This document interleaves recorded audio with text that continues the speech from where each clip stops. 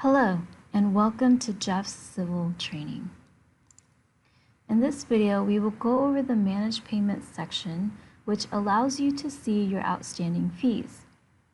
This includes My Filings and All Firm Filings.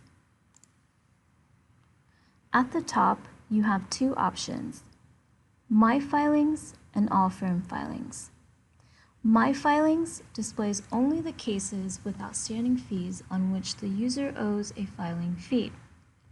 The user is either a party on the case or an attorney on the case. The user must enter either the case ID to search for a particular case or the case type to search for all cases in this category. If the case ID is not known, using the other search criteria will help provide more accurate results. For example, you could also add a filing date range, which refers to the date that the case was filed. You could also add the case status, such as active or reactive, if you only wanted to see open cases. Once you have searched and found your outstanding fees, you may select your fees and make payment. Next, I'm going to go over All Firm Filings. All Firm Filings will display all cases with outstanding fees in which any attorneys in the firm owes a filing fee. The user must either enter the case ID to search for a particular case or search by the case type to search for all cases in this category. If the case ID is not known, using the other search parameters will help provide more accurate results. For example, you could also add a filing date range, which refers to the date that the case was filed. In this example, we used a 2-day range from May 28th to May 29th. That will show all cases that were filed between those days. You could also add the case status from this field here, such as active or reactive if you only wanted to see open cases. Once you have searched for your cases, you can then select the fees that you wish to pay. The Payer dropdown will display the names of the attorneys and parties on the case. The user must select the name of the party or attorney on behalf of whom the payment is being made for. This is important because based on this selection, if a refund is going to be issued by the court for any reason, it will be done so on the payer's name, as noted down here. Firm staff cannot select their name as they are neither a party nor an attorney on the case. So when you are finished, you will click the Pay button and this will take you to the payment gateway. Once payment is completed, a payment document PY is docketed to the case. This concludes our presentation of this training, and if you give me a second, I will take us to the demo portion. I'm going to be using our test environments to show demos during the course of this training.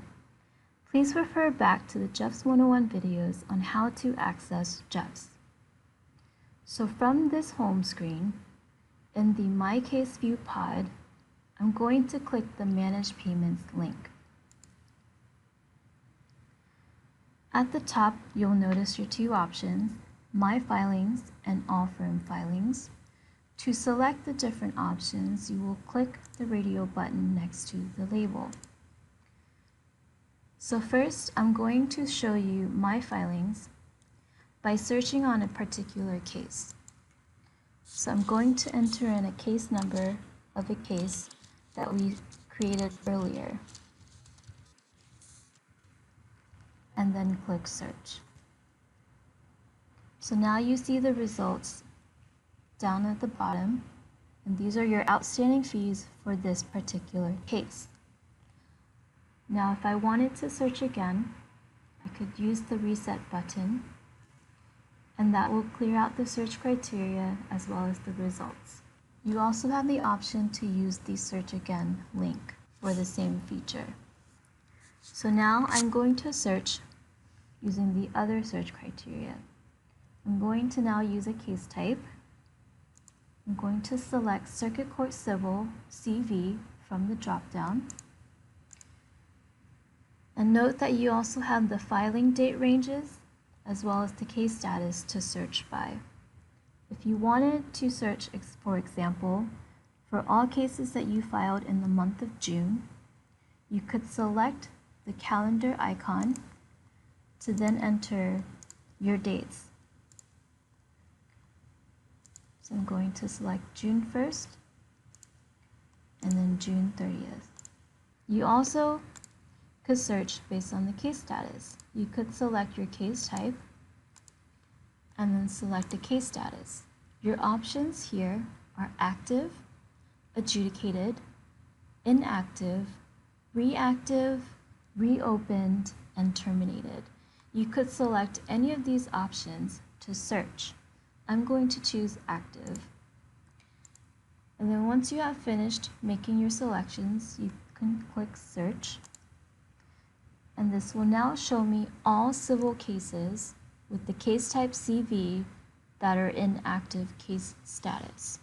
So at the bottom you see your search results. You'll notice that there are 5 fees listed on this page. If you wanted to view the following fees, you could click on the page number, and you can also click on the arrows at the bottom. These are your pagination options. So since you have 17 fees, these are spread out on 4 different pages. So first on this table is your case ID. Next are your check boxes for each fee. I want to show you. One case can have 1 fee, but one case could also have multiple fees.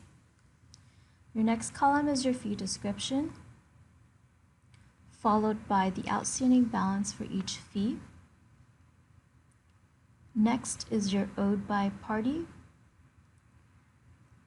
Following that is your initiation date. This is the date that the fee was assessed. Then you have your due date for each fee.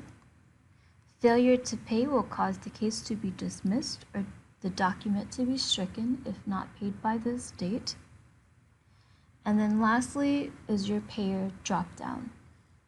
Your payer dropdown will display all attorneys and parties on the case. Based on this selection, if the court needs to issue a refund for any reason, it will go to the payer on this transaction via a check made payable to the payer, as noted in this note down here. So now I will select my fees first by clicking the checkbox for each fee that I want to pay. So I'm going to select this one and these 2. Notice that every time I select a fee, the grand total changes based on a calculation of the outstanding balances. So it increases every time I select another fee. Now I will select a payer for each case. Remember that the payer is at a case level, not a fee level.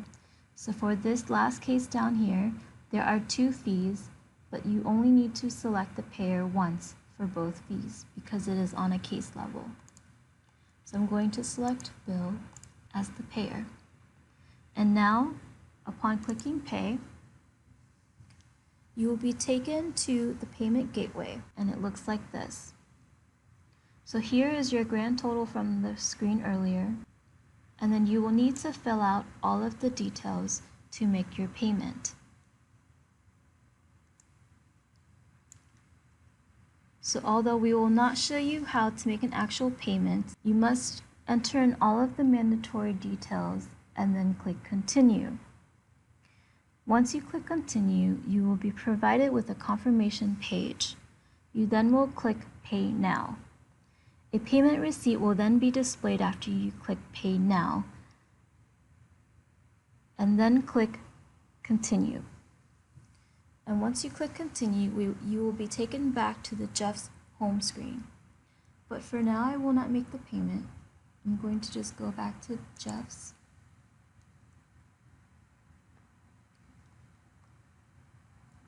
And just to be sure, I'm going to go back to the home screen. So you would be going back to the home screen once you click Continue and have finished going through the payment gateway.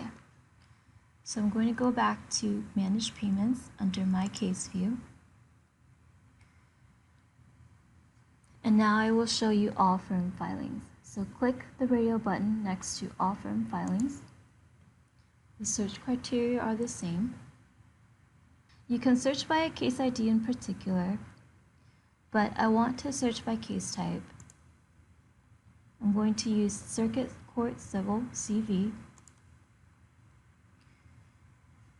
This will display all of the outstanding fees by all attorneys in your firm with this case type. So I'm going to click search.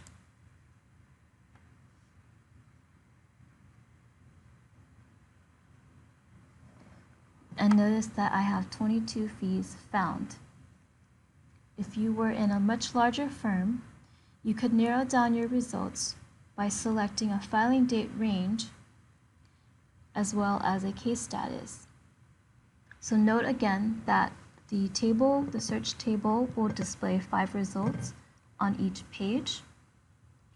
And then you have pagination options at the bottom to go to different pages, either by clicking the number of the page or the arrows. And then also note, now you see different owed by parties or different attorneys from the firm. So now I'm not only looking at payments owed by Bill, but also by Green attorney. And then again, I want to show this checkbox at the top. So first, I'm going to select all of the fees on this page. And note that your grand total is $960. Once I click the checkbox at the top of the table, this should increase significantly, which it did, to $5,080. So what this means is I just selected all of the fees that the firm owes for the civil case type, and that grand total is $5,080. But for now, I'm going to click reset, or you can also uncheck the checkbox to exit that selection. And so again, I want to go over the different columns. You have your case ID at the first column, the checkboxes for each fee, your fee description, your outstanding balance for each fee, who the owed by party is, the initiation date or the date that the fee was assessed, and then your due date of when the fee is due. And remember that if you do not make payment by this due date, failure to pay will cause the case to be dismissed or the document to be stricken. And then lastly is your payer dropdown. You only select one payer per case. And based on your payer selection, if the court must issue a refund for any reason, based on your selection here, the refund will be made via check and made payable to the payer that was selected. So now I'm going to select a few fees to pay by different attorneys. Notice my grand total increases each time I select a fee. And then I'm also going to select the payer for each case.